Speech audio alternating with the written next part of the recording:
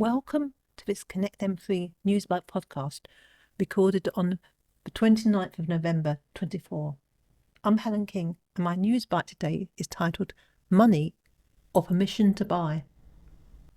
Reference N for November, B for Bravo, 4485B for Bravo.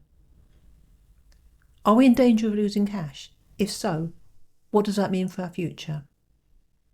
The UK government is holding an inquiry into whether it needs to regulate the acceptance of cash, and the people are being asked to provide evidence to assist in the process. Now is a good time for us all to ask ourselves, what is the situation with regard to money? Real money, that is, cash. Most of us use cash a lot less often than we once did. That's a story of its own. But is there still a place for cash in this increasingly digital world? And if cash goes, what will that mean for our spending, our privacy, and our ability to choose what we buy? Cash is one indication that society is being ushered down a road that not everyone is happy about travelling. One of the biggest changes in recent years has been the closing of banks in town centres. With no bank, taking cash has become an increasing problem for businesses, partly because they can't pay it in without having to travel to the next town whilst it still has a bank. Getting hold of cash is also more difficult for people because, as well as branches closing, ATMs have also been taken away. Even when people go to a bank, further away as it now is, they often face an inquisition when they try to withdraw cash from their own bank account. It's not unusual for withdrawals to be refused by bank staff, and it's the customer gives chapter and verse on what money is for. Often, the customer is required to show an invoice from the person or business they want to pay using the cash. Often, they don't yet have the invoice. But in any event, why should they have to tell strangers what they want to use their own money for? The police have even been called on occasion by bank staff, and all because a customer dares to try to access their own money. Fraud is used as justification by banks, but increasingly people are asking, is fraud really such a huge problem, or is something else going on? With more payments being made by card and digital means, including apps, and fewer being made in cash, the infrastructure costs of using cash as a payment method have risen, and partly because of this, many businesses no longer even accept cash. The government's Treasury Committee is now holding an inquiry to examine whether rules are needed to govern the acceptance of physical cash in the UK. The inquiry is inviting submissions of evidence. UK Parliament, cash. The people are asked. B for Bravo, P for Papa, 4452H for Hotel. While on the face of it, this inquiry is a good thing, it also raises concerns. On the one hand, the inquiry refers to the dangers of an over-reliance on digital payments. That sounds good. But currently there are no regulations which require businesses to accept cash, and the inquiry suggests that perhaps there need to be such regulations introduced. The inquiry also suggests that cash acceptance should be viewed as a form of civil preparedness, which perhaps refers to such potential situations as a prolonged power outage or failure of the internet. This sounds good also. What is not good is the scope of the evidence that is being invited to be submitted to the inquiry.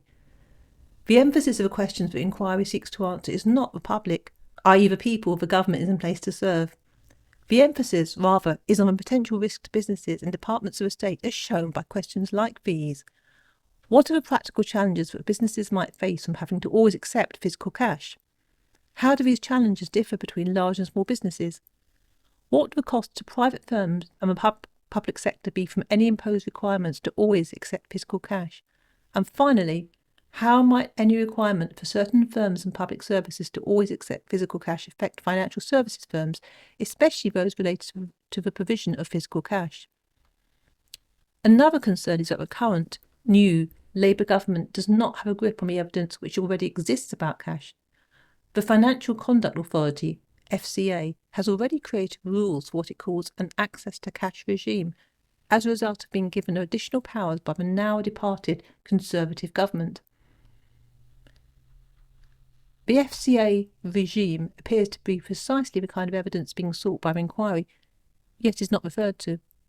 Also, a report has been produced by London Economics called Cost to Consumers and SMEs of a Loss of Access to In-Person Cash and Banking.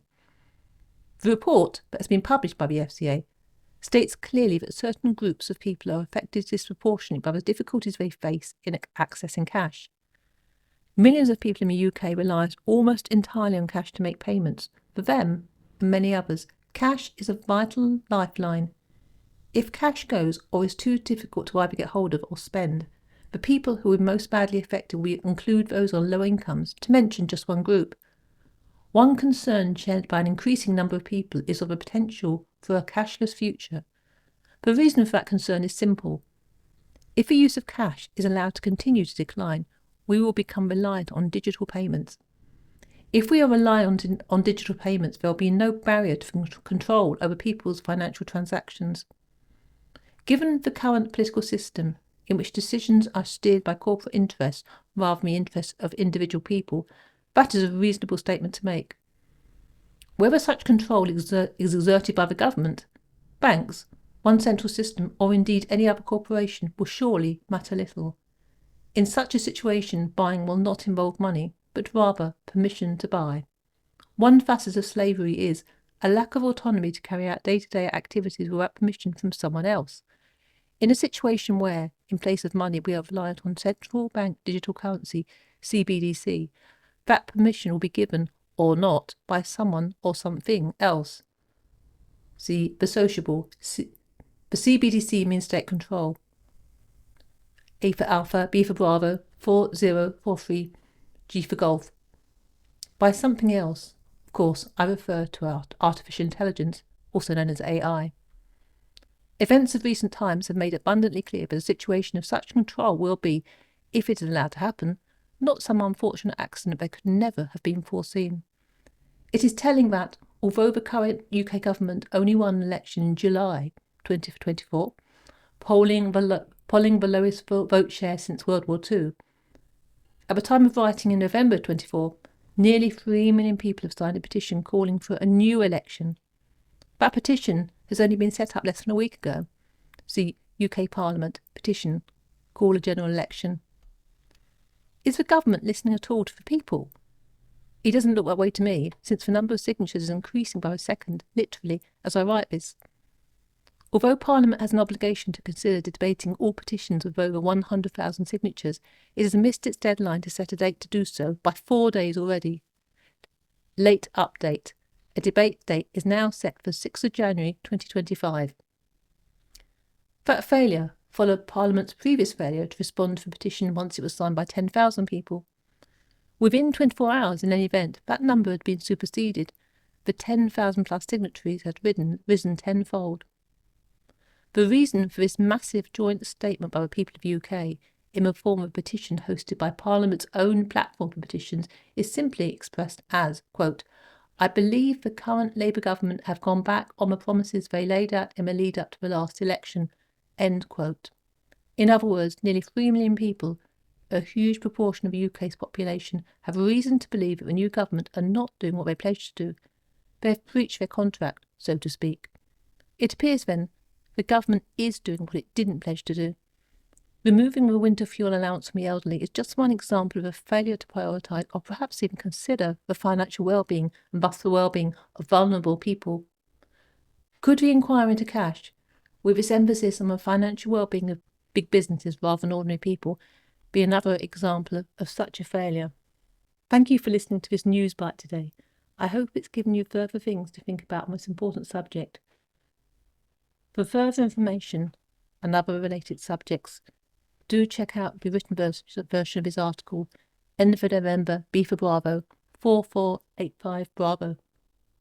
It contains a number of links to supporting articles, plus links to many other enlightening and fascinating articles on a variety of topics. Meanwhile, I look forward to sharing my next news bite with you very soon. Goodbye.